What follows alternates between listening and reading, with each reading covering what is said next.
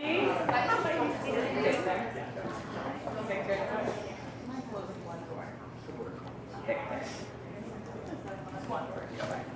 good evening, everyone.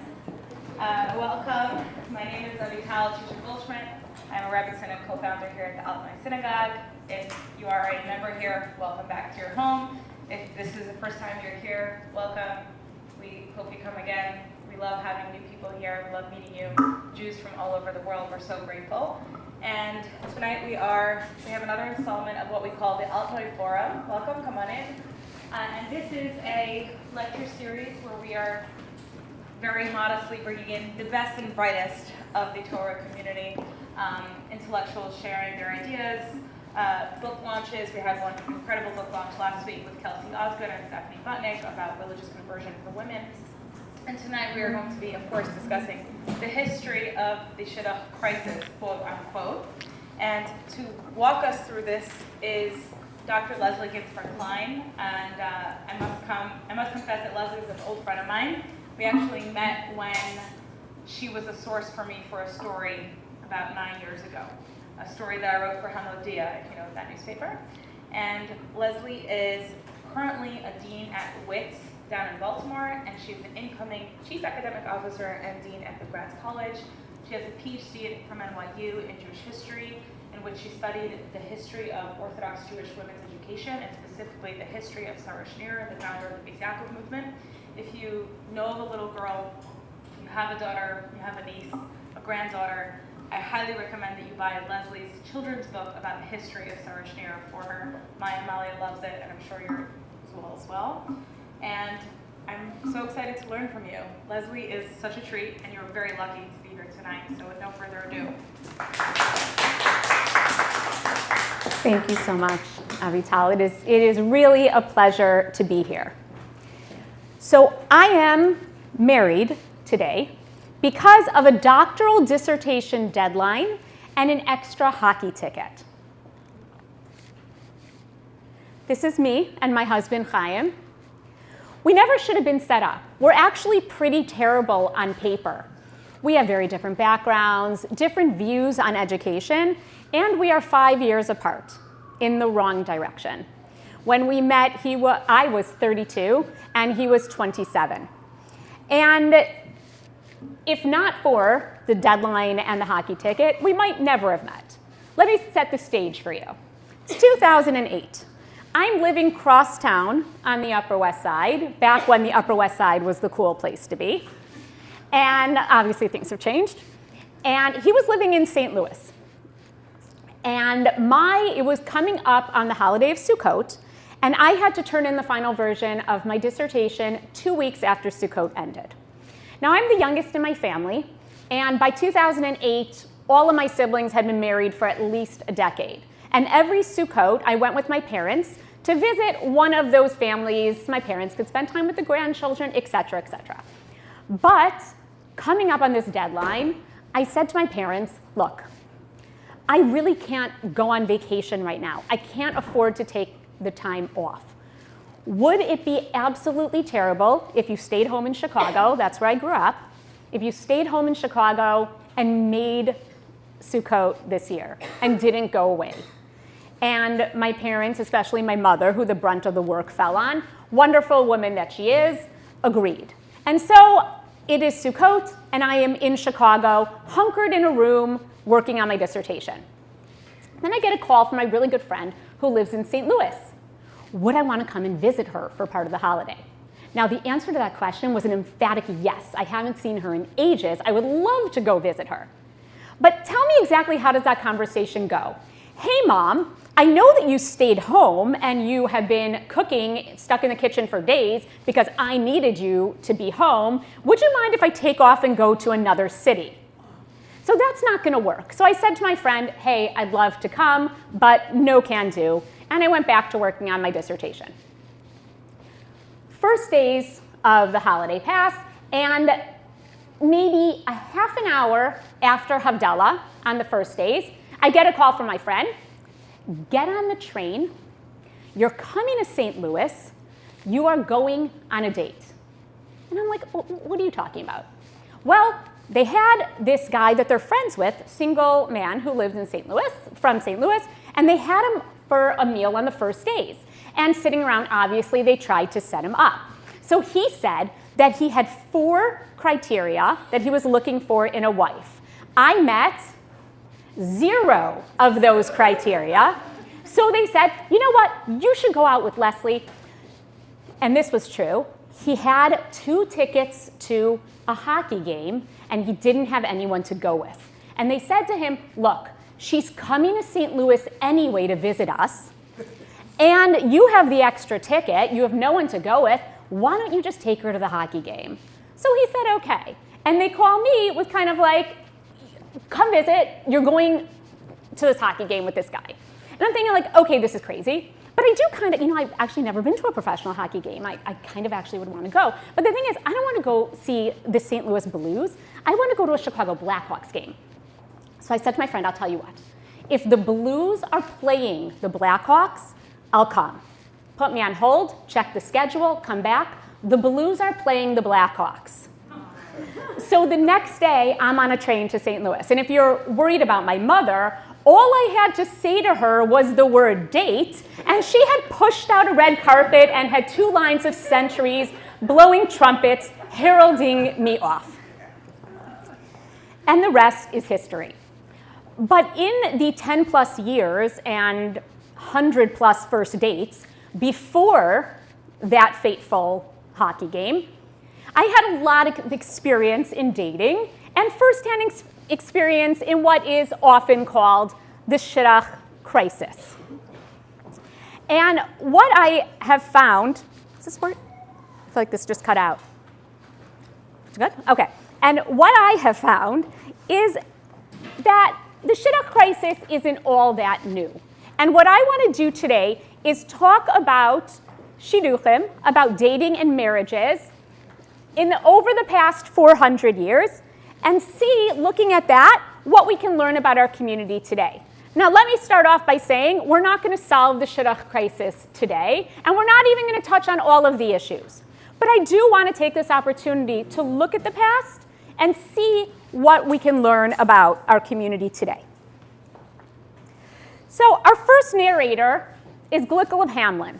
Glickl lived in 17th century in what would today be Germany. And she lived at a time, early modern Europe, before electricity, before the internet, when life was so different, and yet also, as we'll find, kind of familiar. Now, this is not a picture of Glickl of Hamelin. Obviously, from that time period, we don't have any pictures of her, but this is actually a picture of one of her descendants, a woman named Bertha Pappenheim, who was a feminist activist who fought in her lifetime, which was end of 18th, early 19th century. She's actually a contemporary, end of the 1800s, early 1900s. She's actually a contemporary of Sarah Schneer, and they knew each other. But she was an activist who worked against, fought against helped Agunot, and fought against white slavery, which was forced prostitution. She was an activist in her time period, and she also published one of the translations of Glickl of Hamelin's diary. So Glickl was an upper-class Jewish woman. That's quite obvious from the fact, if you would read her memoir, which is, by the way, easy to get on Amazon. If you would read her memoir, you can tell that she is upper-class, she is literate, she is very knowledgeable. And she is the first known Jewish woman to write a memoir, to write an autobiography. And that makes her just an incredibly rich source on life in that time period. She lived through Shabtai Tzvi. She lived through the plague, the capital P plague, not coronavirus. She lived through it all, and historians learn a lot from her memoir. Now, she wrote this for her children. She did not intend it to be published. She actually starts by saying that I'm not going to write a book of morals telling you how to live your life, and proceeds for the next 300 pages to write a book of morals and tell her children how to live their lives. But she was very important to her that her kids should share her values. They should know where they come from and how they should act in their lives. Now, Glickl had two main businesses. The first business was jewelry. She and her husband traded in jewelry and in precious stones. Her second business was getting her children married. And she threw herself into that business number two with a degree of energy that would rival the matriarch in any Jane Austen novel. In many ways, her life really revolved around that second. So Glickl married her husband Chaim. She was engaged at the ripe old age of 12, which was common for the time. She was married at the age of 14, and she had 14 children. 12 survived to adulthood. She was widowed relatively young, and at that time, 8 of her children were still unmarried.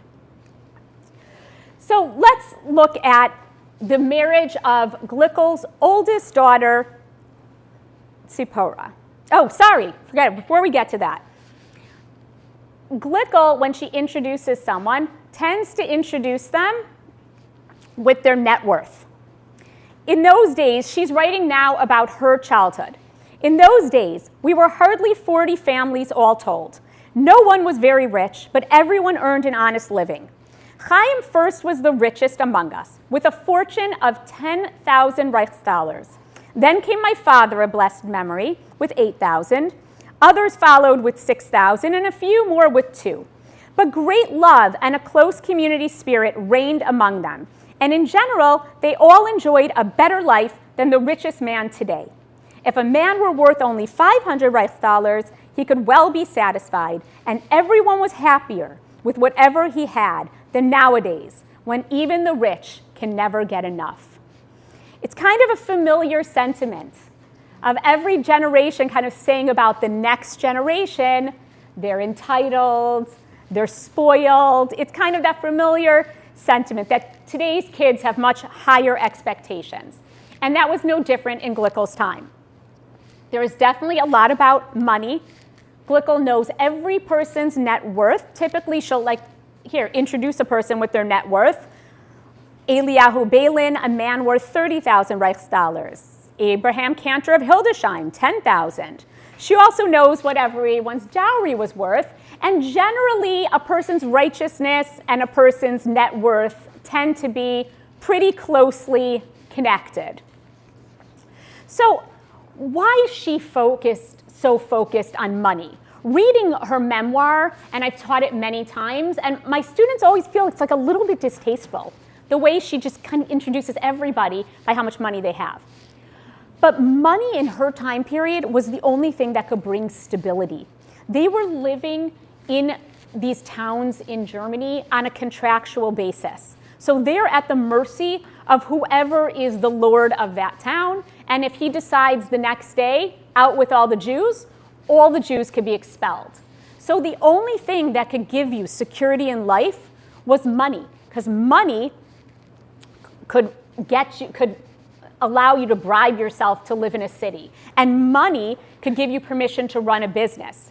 Dowries really were money to start out, because with couples getting married, typically the bride was 14, the groom is 16.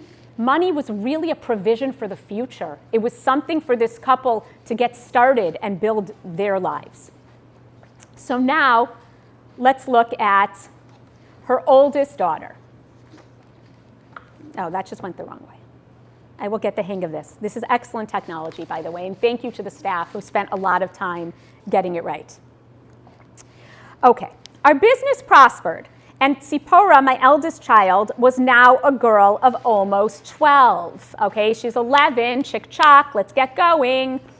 We're at Loeb Hamburger in Amsterdam. The son of Reb Amschel proposed her marriage to Kosman, the son of Elias Cleve of blessed memory. As soon as my husband reached Amsterdam, rumors spread through Hamburg that the match had been arranged. It was mail day when people read their letters at the Bourse. Many refused to believe the rumors, and betting ran high around the Bourse as to whether the marriage would take place. We might bet today on sporting events. They're betting on whether a couple is going to get betrothed or not. I love that. I want to know what the line was. For Elias Cleve was a great prince in Israel. He had the name of a man worth at least 100,000 Reichsthalers, and the name did not belie him. Whereas my husband was still young, our fortunes had only begun to rise, and our little home swarmed with children, God be with them. But whatever the Most High decrees must come to pass, whether we mortals like it or not. And 40 days before the birth of every child, a call goes forth in heaven. Such and such a child shall be given to the daughter of so-and-so.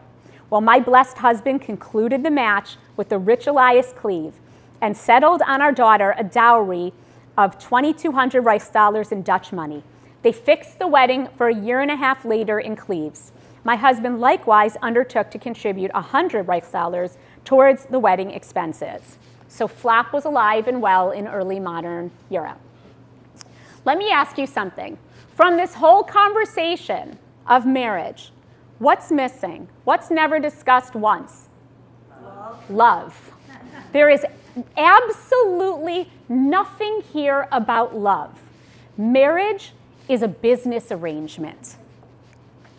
Marriage is brokered between families based on business, based on cities where they lived, based, one of Glickel's sons actually wanted to go into business in Berlin, and so he looked specifically for a Berlin shidduch. He wanted to marry a girl from Berlin. So marriages are a business proposal made between two families. There is nothing here about love. Now, certainly, love was a good thing, and Glickel talks about how she did not know her husband on her wedding day, but they had a very loving marriage. So love was certainly the ideal, but there is no discussion about love here. And the long engagement, the year-and-a-half engagement, would be pretty common, considering that she's not even 12 yet. So with them getting married so young, there are some funny situations. Glickel herself actually gave birth to one of her babies the same week that her mother gave birth to a baby, and they were sharing the same room in the house, the two of them with their babies. So Glickel wakes up in the middle of the night to nurse her baby, goes to the cradle, and her baby is missing. The baby is not there. And then she goes and sees that there is a baby in her mother's cradle, and her mother is nursing a baby. And she says to her mother, Mom, you're nursing my baby. Your baby's over there, that's my baby. And her mother starts flipping out and grabbing onto the baby and saying, like, no, this is my baby, don't take my baby away. And there was such an argument between the two of them that the entire house was woken up until finally they prevailed upon her mother to realize that she indeed was holding the wrong baby because the maid, there's a full staff here, the maid had brought her the wrong baby. And Glickel said, had it gone on for another minute, they would have had to bring in Shlomo HaMelech, King Solomon, to adjudicate between the two of them of what to do with this baby. So another reason, this keeps going in the wrong direction. Another reason for spreading children around. So the way the law worked was you could not settle all of your children in one location. Right? Glickel has 12 children. The non-Jewish government is not going to stand for every family with 12 children, settling all 12 of those children, and the Jewish population exploding. So you could get rights for one child to settle with you. Maybe if you were wealthy, you could buy yourself the rights for a second child to settle. But that's pretty much it.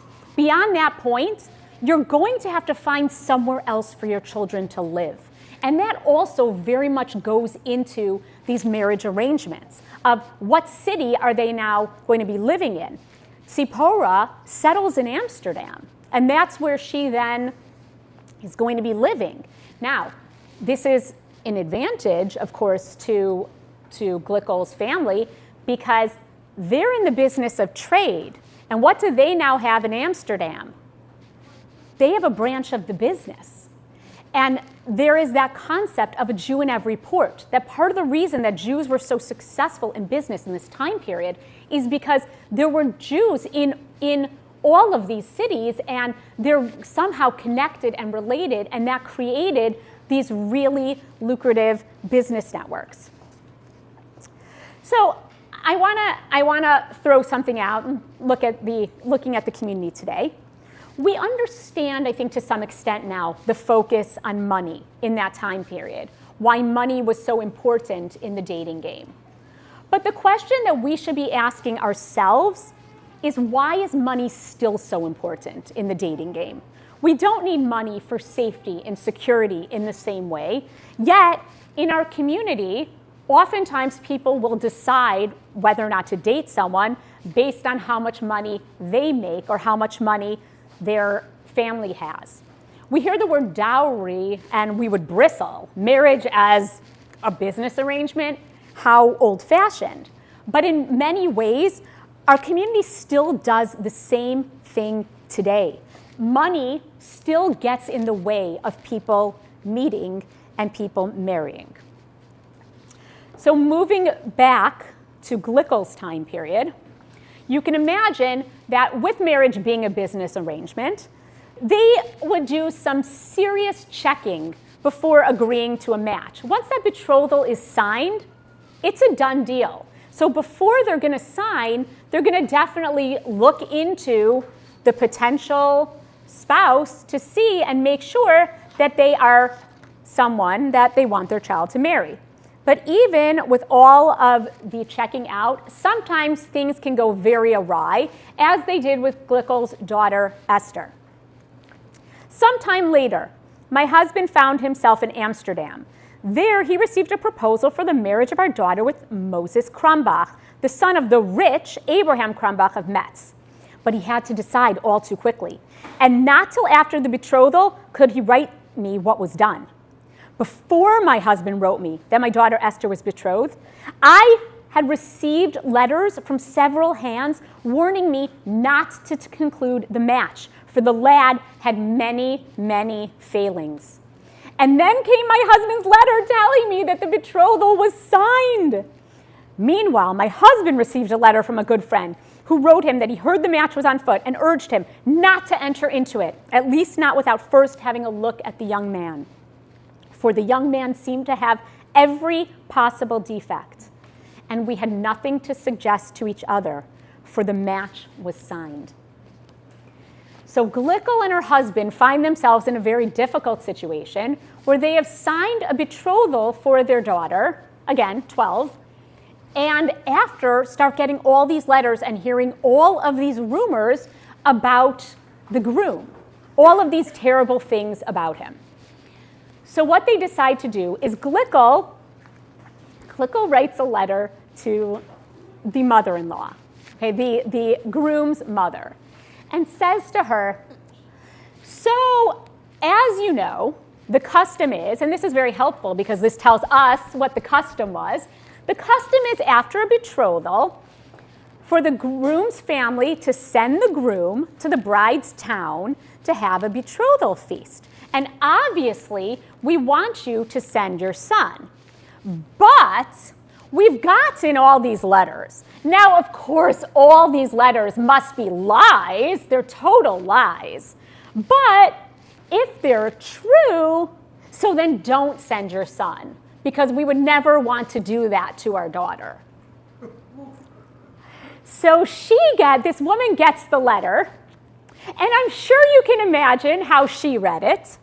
And she writes back to Glickel, well, Glickel, we were planning on sending him because we understand the custom, but now we see how things are. So if you want to see him, you can come here. We're not sending him. And letters go back and forth for years. Years go by with letters back and forth and no resolution, and then war breaks out, as it was wont to do every other day. On a day that ends in Y, someone's at war with somebody, and they couldn't travel. By the way, travel is not an easy thing. When they went to Amsterdam for Tzipporah's wedding in the summer, they didn't get back until Sukkot. Travel was not easy. So they're going back and forth. Nothing is happening. There is an impasse. In the meantime, Glickel's husband passes away, in the interim. Fine. You want to know what happens in the end? So in the end, what they decide is they will both go to Amsterdam. They decide pick a neutral location, and they will meet in the neutral location, and if everything is to their liking, then the couple will just get married right away. So they go to Amsterdam, and they meet this young man, and he's totally great. There's nothing wrong with him. None of the rumors were true. None of the letters were right. He's a perfectly good guy.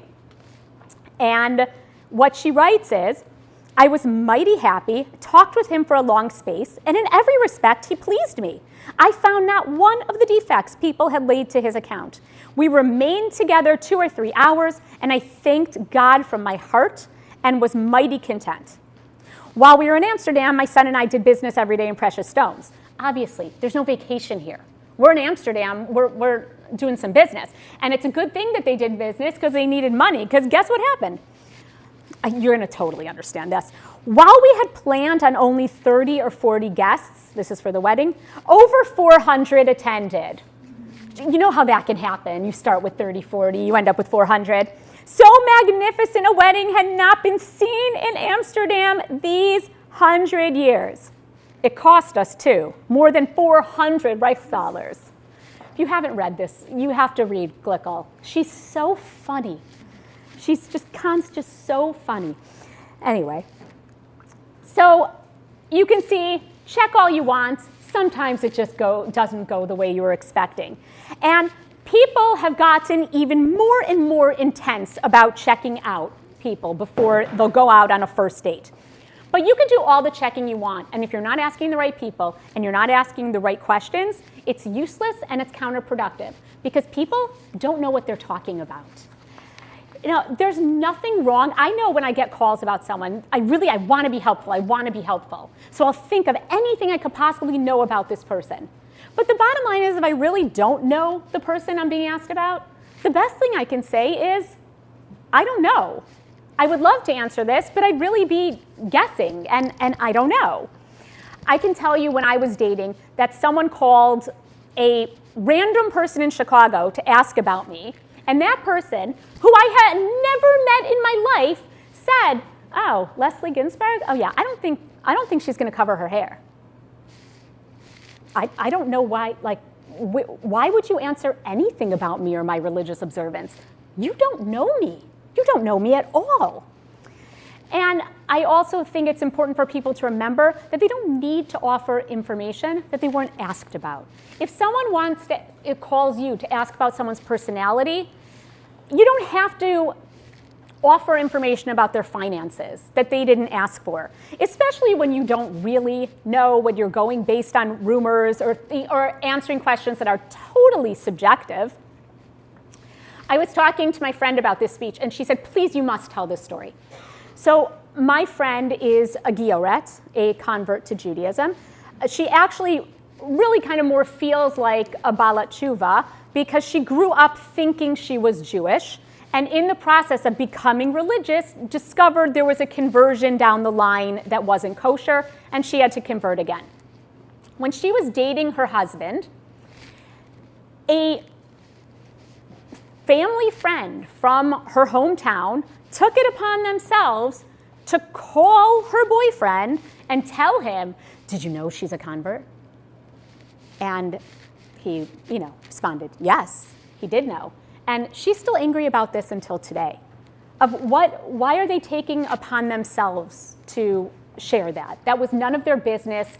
They were out of their lane, and potentially a halachic problem in that of potentially embarrassing a convert. But yes, they knew. He knew. The family knew. And then when people really do know something that should be told, that's when they often keep their mouths shut. And there is information that if you know, that information that could impede the ability to have a safe, healthy marriage. And you should share that information.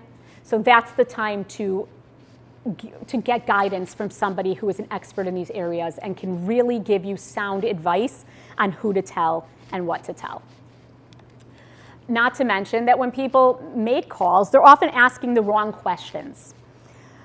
I once got a call. I was actually at my parents' house. I answered the phone, and it was someone calling about a young woman who was my age, so I knew her. So I'm answering the questions. Yes, she's wonderful. She's lovely. She's fantastic. We're all on the hair covering. Did her grandmother cover her hair?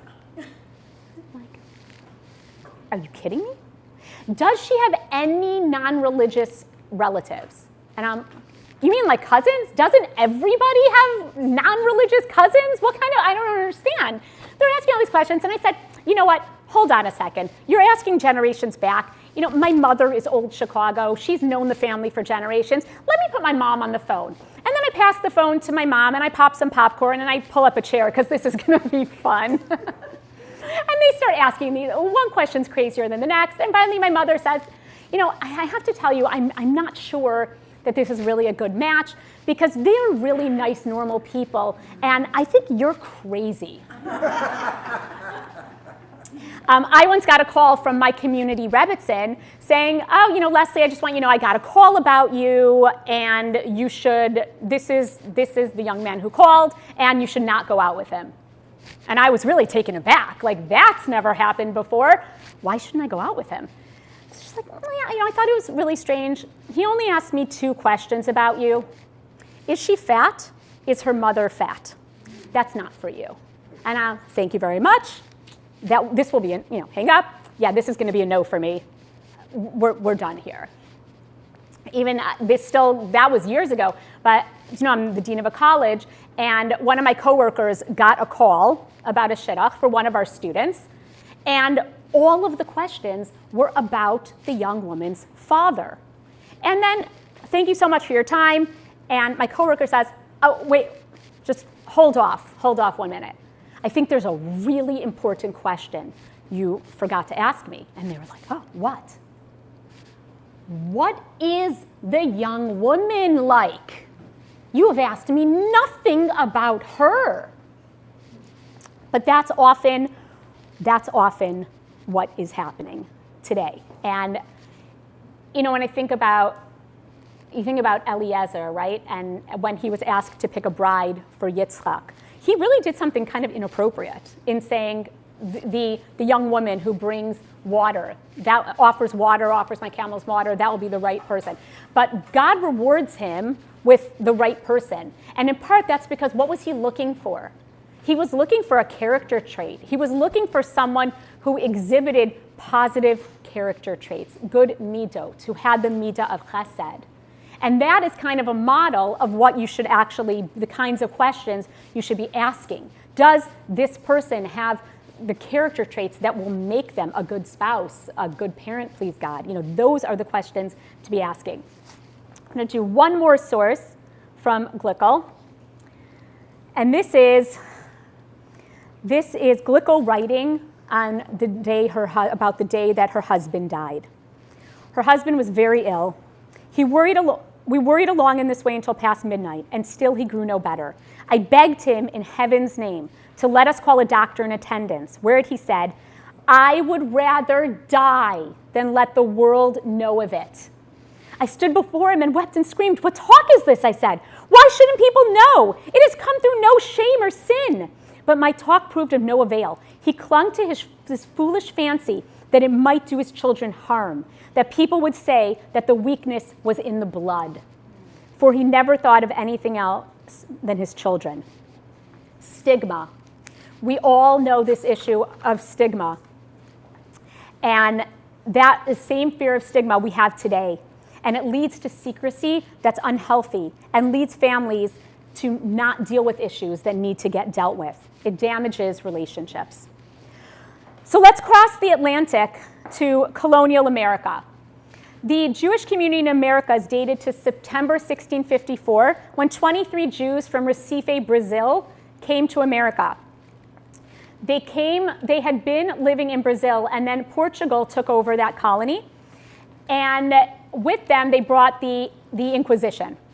And many of the Jews who were living there had been conversos, who once they were living under Dutch rule were in a Protestant country where, JK, we're Jewish, And so when the Inquisition came, they had big targets on their back, and they had to hightail it out of there. Most of them went back to Amsterdam, but 23 decided to go instead to the closest Dutch colony, which was a primitive, backwards, dirty outpost called New Amsterdam, which is today New York. By 1776, that community has grown to 2,000. And one of those 2,000 was a woman named Abigail Levy Franks. So let's do a little bit of an art analysis. These were portraits painted of her. As anyone who has watched or read anything from this time period knows, that having your portrait taken was a sign of prestige. Tell me what you know about Abigail Levy and her family. These are two of her children, David and Rivka. What you know about them from these pictures. What can we learn about them?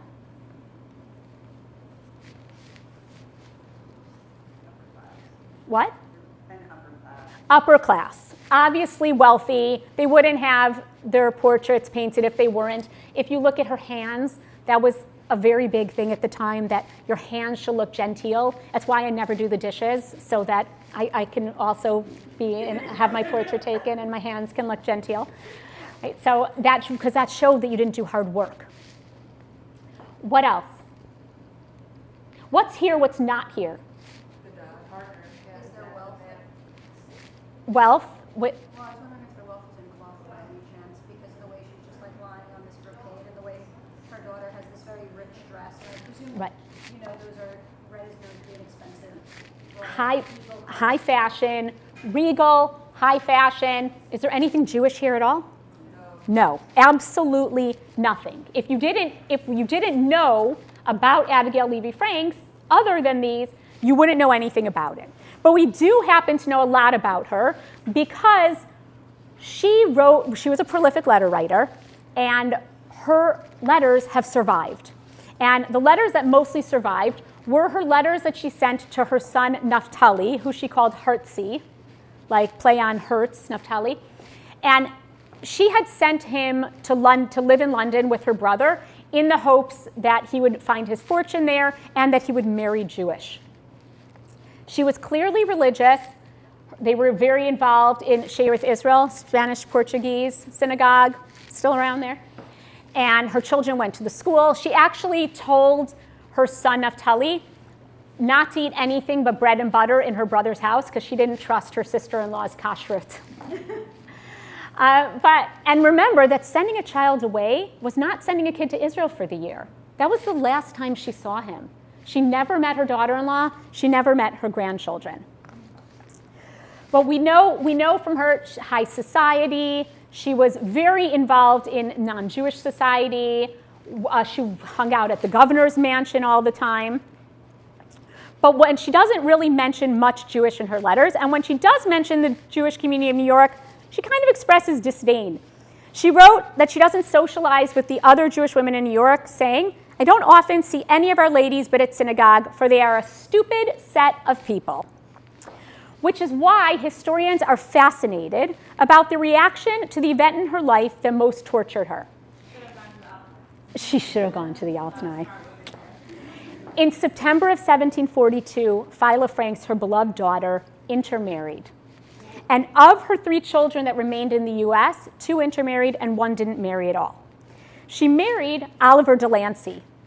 His name might sound familiar to you, of Delancey Street fame. So she did not elope with the chauffeur here. She married a member of high society.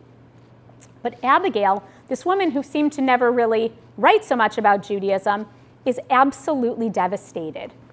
And she writes to her son. First of all, she's writing from her country home. That's in Flatbush.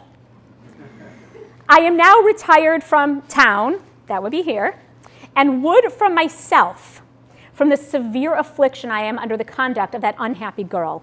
Good God, what a shock it was when they acquainted me she had left the house and had been married 6 months.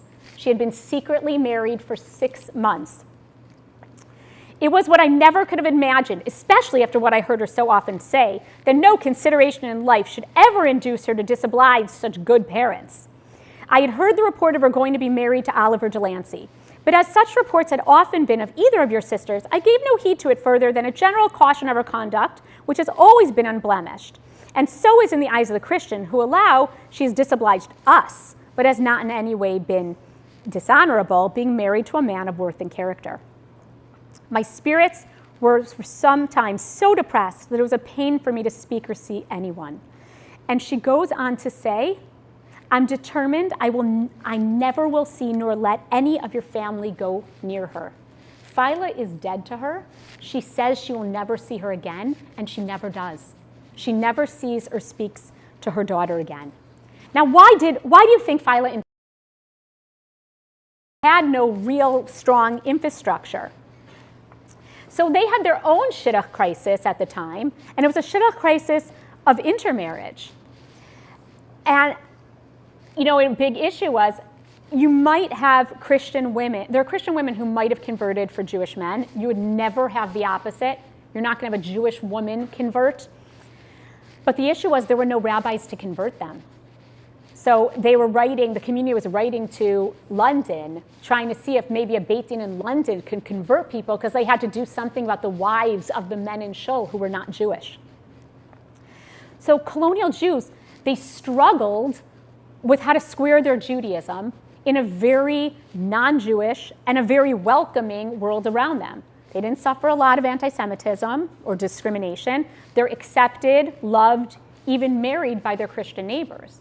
But Judaism was still important to them, and they had trouble drawing that line of where to fit in and where to separate themselves. And that's a challenge that our community still faces today, of where to draw the lines, how to create those boundaries for ourselves, for our children, to be in the world, but maintain our Jewishness. And oftentimes, it's a challenge that comes to a head when at marriage time, as it did in one incredibly scandalous story. Here's what happened. On Sunday, October 12th, Marie Roypin, the woman in the middle of Baltimore, was set to marry Samuel Oren, who is the man on the left. But as the Baltimore Sun reported, extraordinary complications happened. And you have a fight between the American ideal of marrying for love and old world traditions. Here's what happened, and I'm going to give you a free read from the article. As the bridal couple were marching up the aisle to be joined together, a young man, later identified as Joseph Goldberg on the right, also of Baltimore, stepped out from the crowd, quickly walking up to the bride, and after deftly placing a $50 in her gloved hand and a ring on the tip of one of her fingers, pronounced in Hebrew the formula for claiming her as her helpmeet. You follow what happened? A man runs up to the bride, puts a ring on the finger, says Harayat Mikudeshet Li, and runs out. There is an uproar. There is an uproar. The bride seemed, quote, most disturbed and whispered to Oren in what sounded like odd accents. She could not then marry him because she has been made the wife of another. There's hours of arguing between the parents who want the rabbi to continue on with the ceremony, and eventually the rabbi does. She goes through the wedding ceremony, marries Oren, and the rest of the wedding proceeds. The next day, clearly the story made it to the press. Reporter comes, wants to interview the new couple. They're not around, but the father says, oh, his daughter was satisfied with her choice, and he has every reason to believe their marriage will be regarded as valid by the religious authorities as well as the state. The issue would be decided at a meeting of 3 Orthodox rabbis to be held for that purpose at one of the synagogues that week. There's going to be a Beit Din to meet and find out what is this woman's status. But guess what happens? 8 p.m. Monday evening, the usual stillness which pervades the assembly room of the Southwest Police Station was suddenly broken by a young man, almost breathless, who threw open the door and informed the lieutenant that he wanted Joseph Goldberg arrested for stealing his wife. That man was Samuel Oren. Marie had disappeared, and it quickly became apparent that she and Joseph Goldberg had run off together. So a week later, they come back, the full story comes out. Joseph told the Baltimore Sun that her parents had arranged this marriage and she didn't want to go through with it. And she told them she didn't want to go through with it, but they were forcing her. So Miss Roypen and myself determined to thwart their plans in the novel manner in which we succeeded. So this was a crazy scandal of a story, which was ended up being covered by the New York Times, by papers across the country, and by no less than 14 articles in the Baltimore Sun. Ultimately, what happened was the conclusion of the saga. A Congress of 16 rabbis deliberated for 2 months, with 15 of them agreeing that Marie should be Jewishly divorced from both men. Samuel Oren gave the get, and he got civilly divorced, as you see. But as far as we know, Joseph Goldberg never divorced her. They got civilly married, and Marie and Joseph Goldberg moved to Chicago, where they lived their life. And a month after he was civilly divorced, Samuel Oren married someone else in Philadelphia, settled there, raised their family. But the fascination from this story was the way it kind of exemplified this triumph of American love with its battle with old world marriage. Even before emigrating, many Eastern European Jews looked to America for a place where they'd be free. If you see the words of this Yiddish folk song, Mom and Dad don't approve? We'll go to America. We'll be married there.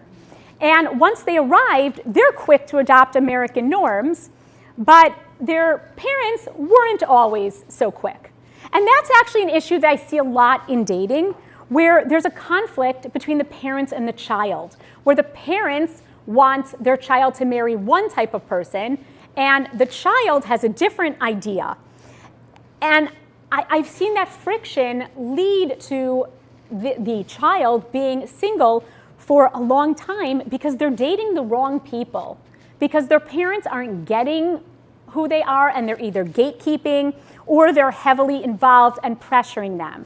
Parents and kids need to get on the same page. Also, what we see is a lack of consideration for the actual single. What does the single person want? We as a community, we would never force someone into marriage, but we create social conditions that are oppressive. There is a lack of consideration for people who are single, especially in how we speak. I'm not a fan of single crisis rhetoric. I don't like the way it sounds. I remember being at a speech during the 9 days, and the speaker was bemoaning, we have a crisis, an epidemic of cancer in our community. We have an epidemic of singles. And my friend and I are looking at each other like, I'm not an epidemic, I'm not a crisis. I'm just a person who's not yet married. I was at a Pesach program, and I met this beautiful young woman, amazing, successful, talented. And while we're talking, her brother comes up, and I'm like, wow, your sister's amazing. And he's like, yes, but she really needs a shidduch. And I'm like, mazel tov, Sherlock. Like, I couldn't figure that out on my own. Why do you have to denigrate her success in that way? I remember getting that myself. Oh, she's finishing her Ph.D., but what she really wants is to get married. Like, no, it's not a but. I'm finishing my Ph.D. and I really want to get married. And I remember thinking, I want your help. I want you to set me up, but I don't want your pity. I would walk into conferences, and I'm a respected, successful professional, and I'd walk into shul, and I was single. All I was single, and I felt very much othered for being single. So for those of you in the audience who are married, marriage doesn't need to be the sole focus of conversations with people who are single. For those of you who are single, I have an excellent strategy for diverting conversations that you don't need to have. You can ask me about it afterwards. It never failed me. I think we also sometimes guilt singles for being happy. I remember a friend of mine wanted a Cuisinart, and her mother was like, no, what do you need a Cuisinart now? You'll get a Cuisinart when you get married. Like what, because she's single, she has to chop vegetables by hand? What do you think? if she has a Cuisinart, like, then she's going to be like, I don't need a husband or a family. I have a food processor. Trust me, people who want to get married will still want to get married, even if they have nice couches and a Cuisinart, although I'd go with a Bosch, personally. And there are ways, like these subtle ways that we infantilize singles. I remember, I lived 97th Street and Broadway, 209 West 97th Street, and yet I would consistently get invitations to my parents' house, like their name and then my name underneath it. I haven't lived in Chicago for a decade. Now my siblings who are married, they get invitations to their address, but why am I still getting invitations to my parents' address? I think that we as a community can work on creating inclusive settings that welcome singles, that don't, in their language choices, assume everyone's married or assume everyone's a parent, which is a whole different set of pain, which that's for a different time. So do we have time for just two minutes? Okay. So I want to introduce, I want to introduce another source. This is a Bintel brief, which is, a Bintel brief was the Dear Abby column in the Forward, which was a very famous newspaper, turn-of-century immigrant generation. Circulation rivaled the New York Times, but what the Forward is most famous for is having had Avi Telchiza-Goldschmidt as a writer. And, sorry, this keeps flipping back on me. So I want to show you this letter. So we have this letter in the Forward of a Russian revolutionist and a freethinker. Freethinker is code for no longer Orthodox. And he's getting married to this woman, and her parents are Orthodox. They want them to have a traditional chuppah. They want him to go to shul. Does he have to? Why should he do that? And what's interesting is that Abraham Cahan, the author, who himself is secular and socialist, says to them, yes, go to shul. Do what the parents want. Why create a fight when there doesn't have to be a fight? That there are times when peace is more important than principle. If you can avoid a fight, just avoid the fight. That's not worth it. Ultimately, do what will create peace and make life easiest for everyone involved. And one last letter from the Bintel brief. This is from actually a wealthy person, which is a little bit unusual for the Bintel brief. She writes, she was born in America, parents gave her a good education, and she went to Poland to meet, there was some wedding, she went to Poland in lieu of her parents, and she said, oh yeah, by the way, she's already been proposed to many times. And she's in Poland staying with her wealthy family. And there she meets this young man who is the big man on campus in their towns. He is the most popular guy. He's in all the cool clubs, and he falls in love with her. She doesn't say yes right away, but eventually she says yes to him, and they move back to the States together. And here's where the trouble begins. When I introduced him to my friends, they looked at him with disappointment. This greenhorn is your fiance? They asked. I told them what a big role he played in the town. Everyone respected him. Everyone thought he was really cool there. But they looked at me as if I were crazy. I was affected by their talk and began to think, maybe he really is a greenhorn. In short, my love for him is cooling off. In Europe, where everyone admired him and all the girls envied me, he looked different. But here I see before me another person. So the Bintel brief, actually, the editor says to her, stick with him. You'll see he'll be more American than the most Americans. Stick with him. And I have to tell you, the first time I read that, I was like, yay, I hope she doesn't break up with him. And then actually, when I read it again before this speech, I actually thought to myself, you know what, maybe he's better off without her. Yeah. She really seems a little vapid. Like, all she cares about, she only likes him because of his status. She liked him because he was cool, and once her friends don't think he's so cool, then she doesn't like him so much anymore. But then again, I thought, why did he go for her? There were all these nice girls in his town, and who does he go for? The hotsy-totsy American who came? So maybe they're actually perfect for each other. I don't know. But what I do know is what this points out, and you can also say this about Abigail Levy-Franks, where are we putting our priorities? What are our priorities? Are our priorities on status, on externals? Because if those are our priorities, then don't be surprised when those become the priorities of those people around us. And what we need to do is model good priorities of depth and character.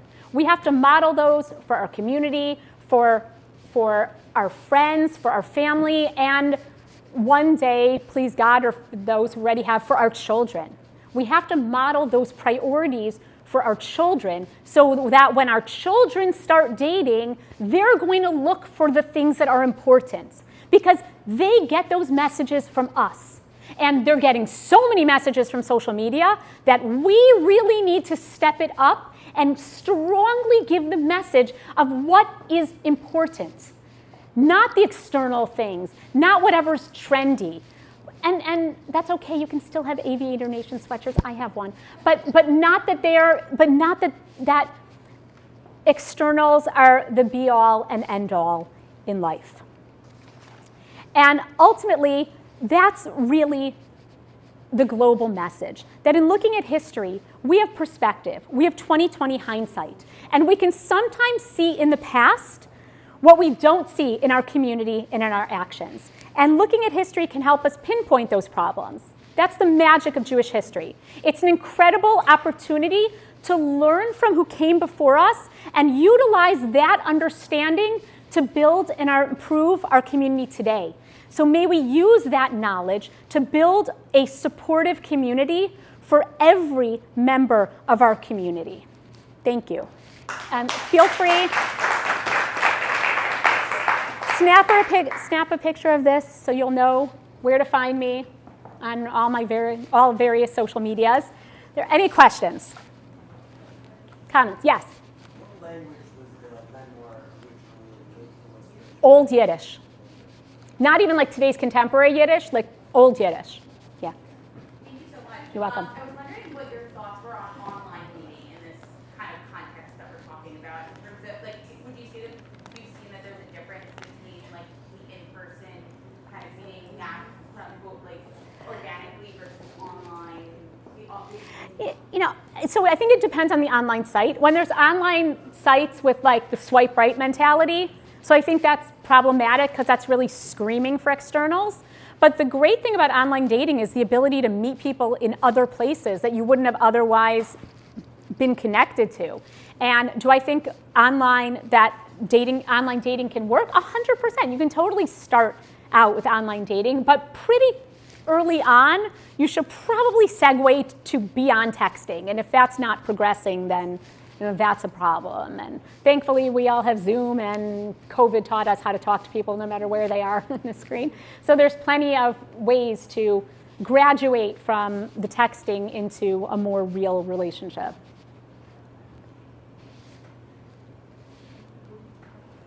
Yes, go ahead. I'm wondering, is there any evidence, whether it's historical or modern day, to support there actually being a crisis? Meaning, is there, from a number perspective, is there any reason for it to start at the ground happening? No, not that I've ever seen. And I read an article, maybe it was in Michlalah, one of those magazines recently. It's like, oh, in the past 30 years, there's been this crisis. What are you talking about? Like, well, because we have to start men dating younger to add the number. What are you talking about? Like, this isn't a new thing. But the fact that men tended to be 2 years older or so is not a new thing. This is not a new development. So, the idea that having young men and women date when they're even more immature as a way to help healthy marriages, I don't really see that. I think that what's impeding, if there is a shidduch crisis, we have created it. There is a shidduch crisis, that's our own doing by being crazy when it comes to who we will date. When their community has set up so many barriers to people just meeting. I mean, even seeing in the past 15 years the way dating has changed. I can speak to kind of the center-right circle, but when I was dating, and again, I'm married almost 16 years. Okay, so 15 or so years ago, you had a phone conversation before the first date, and then at the end of that conversation, the man asked you out on a date. Now, granted, he knew you were going to say yes, but still there was something to that he had to ask. And now my nephew was at our house, and he's planning a date, and I said, oh, take her to the Maryland State Fair. That's such a great idea. It's the 5th date. Take her to the Maryland State Fair. It's super fun. But, having been there, you just send her a text and tell her that's what you're planning on doing so she can wear appropriate shoes. Okay, he says to me, I don't have her phone number. I'm sorry, what? You've gone out 5 times? You don't have her phone number? How are they talking? They're not talking between dates. He's talks to his parent talks to shadchan talks to parent talks to kid. Oh my God, why are we doing everything in our power to prevent these people from having a relationship? You want them to get married, but you don't want them to have a relationship. How does that work? What's going to happen after they're married and they have a fight? They're going to call their parents, to call the shadchan, to call the parent, to call the other? Come on, at what point are they going to start talking to each other? Yes. There is one element of this that I think is maybe modern.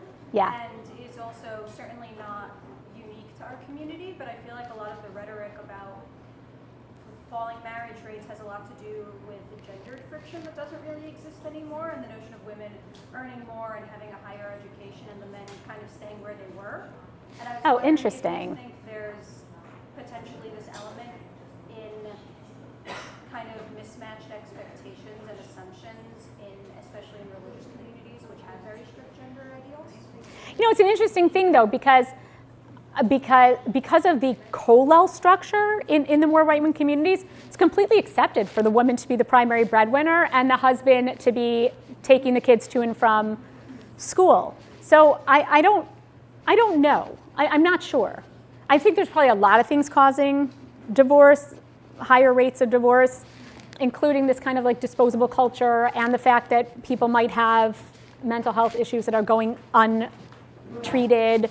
I don't know enough to really answer that conclusively. I definitely think, in general, still coming from America, there is a sense of it's emasculating to man if a woman is too powerful. I mean, I think there's still that trope, which I think is well past its expiration date. Yes, your question, Matt. Oh, yes. You mentioned like single people going to shul and maybe being like not treated as equals, but also you talk a little bit about like maybe even leadership positions and how specifically in the community how like we might experience that single people like don't have as much ability to lead, be even like a single rabbi in the community. Right, 100%. Yeah, I mean 100%. I think there's a discrimination in that regard, that the people who are going to get the leadership positions are going to be people who are married. I think they're taken more seriously as being established. I think the Upper West Side is kind of an anomaly in that, because there is such a prominent single community that and that singles can have positions, leadership positions, and I think that's part of why I lived there, was because I was on 3 different boards, and that was exciting to me. If I'd still been living in Chicago, I don't think I would have been on any. I don't think anyone would have ever thought to ask me. So yes, I think, and honestly, I think that's true of men. I think it's doubly true of women, because women have the double whammy of they're not considered because they're women, and they're definitely not considered because they're a girl. And I use that because they're a girl. I actually was once speaking somewhere, and this woman comes up to me and she's like, "You're that one who did research in our school when you were doing your dissertation." I'm like, yeah. And she's looking at me, she's like, "But you were a girl when you were by us." And I looked at her and I was like, "I was single, if that's what you mean. I mean, I was 30, financially independent, had my own apartment, was a college professor, and in the final stages of a Ph.D., but I was single. Wouldn't have called myself a girl, but yeah." We sneaking in one more? No. Okay, one more. I just, with the coming from, let's say, the same world that you've been describing, I always try to internalize, I just want your opinion, a little feedback on it. Sure. I always internalize it as, stupid love. What I mean by that is the community supporting the marriage so much and wanting, and it sometimes, it comes out, it's like, I think it's a famous thing, the stupid things that people say at a shiva house. Oh, yeah. So the way I always view it is it's really it's just mismanaged and but as far as like to take off a little bit of the sting that comes out, it's they really want the best for you, and it just I don't know, that's how I always internalize it. Oh, What's your opinion on it? 100%. I think people all mean well. They just say stupid things. But I do actually think that's a really important thing to remember, is not to take the things that people say seriously. I mean, I really made a point of letting things roll, and I was the, if you catch the reference, from the Elizabeth Bennet school. Someone insults me, I just go tell all my friends and make the biggest joke out of it. Like, I just remember, someone coming up to me at a family wedding. You should really get married. Wow! Oh my God! I never considered that. Thank you. Hey, people say stupid things. No one ever likes hearing Amir Tashem by you. But okay, people just mean well. Amen. Smile. Move on. I agree with you. I think you have to. I agree. People mean well, but people are also stupid. So partially what I'm trying to do is maybe just educate of like, here are better ways that you can mean well, of not just constantly reducing somebody to their marital status. My God, there are other things to ask someone besides, so what's new? Yeah, but what's new? You don't have to, and also you don't have to like live vicariously through your single friends and like needing to know their dating stories. It's like really none of your business. But I do think that people mean well, and I think that's important to remember and to not kind of take to heart or take personally dumb things people say if you're in that stage of life, but just to like, sure, whatever. Chalk it up. And if people say things to you that are really offensive, like someone, when I was 27, a shadchan tried to talk me into going out with someone who was 46, something like significantly older than me. And I said to her, you have a single daughter, she's 21. Would you let her go out with someone almost 20 years older? And the shadchan said to me, well, not at her age. And I was like, wow, we're so done here, right? But the sad part of that story was I told that to a friend of mine, and she said, wow, I'm envious of you. If someone would have said that to me, I would have thought, oh my goodness, she's right. And that to me was terrifying. To hear someone say something so ridiculous and demeaning, and to think that they're right. Never think that they're right. Laugh at it, that's fine. Laugh at it, let it roll. And realize people mean well, sometimes say stupid things. But when people say things to you that really are offensive and are asking you to open yourself up to things that are not good ideas, so have the confidence to shut that down. Thank you all. This has been super fun.